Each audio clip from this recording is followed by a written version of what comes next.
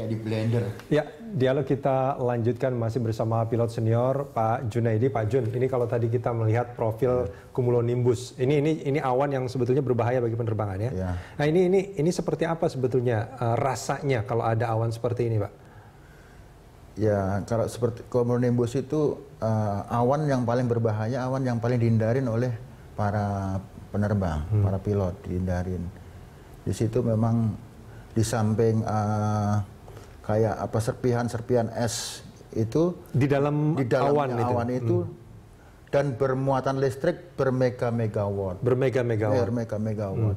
Artinya kalau ada awan ini lebih baik memang dihindari sebetulnya. Memang harus, bukan lebih baik, harus dihindari. Harus dihindari. Sebisa mungkin dihindarin. Nah, tapi sebisa mungkin, artinya ada kalanya kita tidak bisa menghindar. Ada kalanya kita terjebak walaupun cuma di pinggirnya saja. Nah itu rasanya seperti apa? Apakah tidak ada apa-apa atau bagaimana? Oh, goncangannya ya makin tebal, makin ke tengah kita masuk, makin hebat goncangannya, makin hebat pinggir ya akan lebih sedikit berkurang. Oke, kalau kita bicara soal goncangan, Pak, ini ngebayanginnya sebagai orang awam. Ya. Ini kalau di mobil itu atau di motor itu seperti apa? Apakah dia seperti jalan di bebatuan yang... Betul, seperti kayak jalan rusak lah. Jalan rusak, artinya pesawat juga goyang-goyang seperti itu? Goyang sekali. Oke, kalau kita menghindar, itu kita bisa berada di atas, kita berada di bawah, di samping, kanan, kiri. Nah itu akan seperti apa rasanya? Kalau seperti kayak awan cumulonimbus, dia itu punya efek kayak apa centrifugal force ya. Kalau kita bergerak di atas dia, kita ada sedikit seperti kena updraft gitu, kayak terangkat gitu. Tapi tetap pesawat akan berusaha mempertahankan ketinggian yang ada. Demikian juga kalau kita melintas di bawahnya, kita akan seperti kayak kedorong ke bawah. Walaupun tidak. Itu ada sirnya. Istilahnya sir lah kalau di dunia penerbangannya. Istilahnya sirnya itu akan dia, kalau dia posisinya persis tengah, kita berada di tengahnya. Kalau dia angin normal, sirnya akan ke bawah. Tapi kalau angin dari samping, dia sirnya pun akan ngikutin ke samping. Artinya kita sangat mungkin bisa keluar dari rute yang kita tuju dong kalau kena itu ya? Bisa. Karena kita bergeser, punya, istilahnya kita request ya, minta ke ATC. Biasanya sedapat mungkin ATC akan merilis kita selama di sekitar kita atau di sekeliling kita ini memang masih bisa memungkinkan untuk bisa kita lewatin lagi. Sebisa mungkin ATC akan memberikan. Artinya biasanya. Kalau kita karena kita melihat, karena ATC kan tidak melihat apa yang terjadi di depan kan. Kita minta izin, kita mau ke atas, ke bawah, samping, kanan, kiri itu segala macam, mestinya mereka juga mengizinkan atau mereka akan mengizinkan selama traffic yang lain tidak berpapasan atau tidak bertemu dengan kita. Oke. Kalau bertemu ya terpaksa harus lewat itu ya? Ya, bukan terpaksa tapi ya penuh dengan resiko lah kita bilang. Karena kalau saya tidak salah, pada saat penerbangan AirAsia ini juga ada 6 penerbangan lain di sekitar. Ya. Nah ini juga artinya kan rute-rute internasional. Rute-rute internasional ya. Nah, tadi dikatakan bahwa di awan cumulonimbus itu juga ada petir yang dengan kekuatan yang luar biasa. Nah ini ada seorang pengamat yang mengatakan sangat mungkin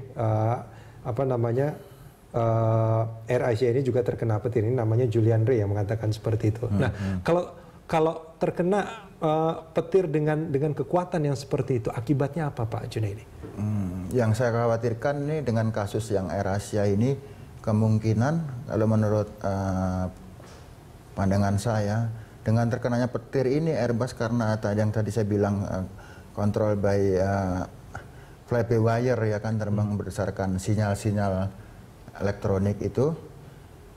Dengan terkenanya itu mungkin sekali dia akan uncontrollable dengan terganggunya komputer yang ada di situ. Fly-by-wire tadi ya. Bahkan untuk cadangan-cadangannya sekalipun itu akan sangat terpengaruh. Barangkali mungkin sesaat mereka petir itu memukul si komputernya, sistem elektroniknya semua terganggu sekaligus, semua totally bisa terganggu. Itu tidak ada sistem backup, artinya ketika dia terganggu dia akan ada semacam energi cadangan untuk mengembalikan itu lagi. Di Airbus ini sebetulnya ada energi cadangan.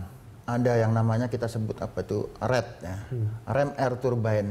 Dia itu terjadi rem air turbine itu maksudnya difungsikan itu kalau sistem elektronik terganggu dikarenakan sistem pesawatnya, bukan intervensi dari luar. Kalau ini kan petir ini kan dari intervensi dari luar kan. Kalau dia intervensi dari luar berarti kan merusak sistem yang ada di pesawat itu. RAT sendiri jadi kemungkinan sudah nggak berfungsi lagi. Sementara kalau komputer udah rusak, ya namanya flyby wire, semua diolah oleh komputer. Kalau komputer sudah nggak bisa ngolah, pesawatnya uncontrollable. Nah ini kalau kita bicara soal petir, Pak Junaidi, ini pertanyaan paling awam sebetulnya tentang hal ini. Apakah memang pesawat tidak dibuat untuk tahan terhadap petir? Sebetulnya ada. Semua sebenarnya sudah ada backupnya itu ada. Cuman kalau udah namanya apa kayak begini, apa petaka, apa istilahnya, musibah. Allahualam jadinya. Ya kan manusia bisa membuat, Tuhan bisa menentukan yang lain. Artinya sebetulnya dibuat dengan proteksi-proteksi yang ada dan mampu untuk menghadapi itu sebetulnya di pembuatan itu. Tapi mungkin karena kekuatannya yang luar biasa itu tidak bisa. Yang saya perkirakan itu kekuatan petirnya yang luar biasa sehingga bisa merusakkan sistem elektronik semua yang ada di pesawat itu. Pak Jun pernah ngalamin hal ini? Alhamdulillah, mudah-mudahan jangan.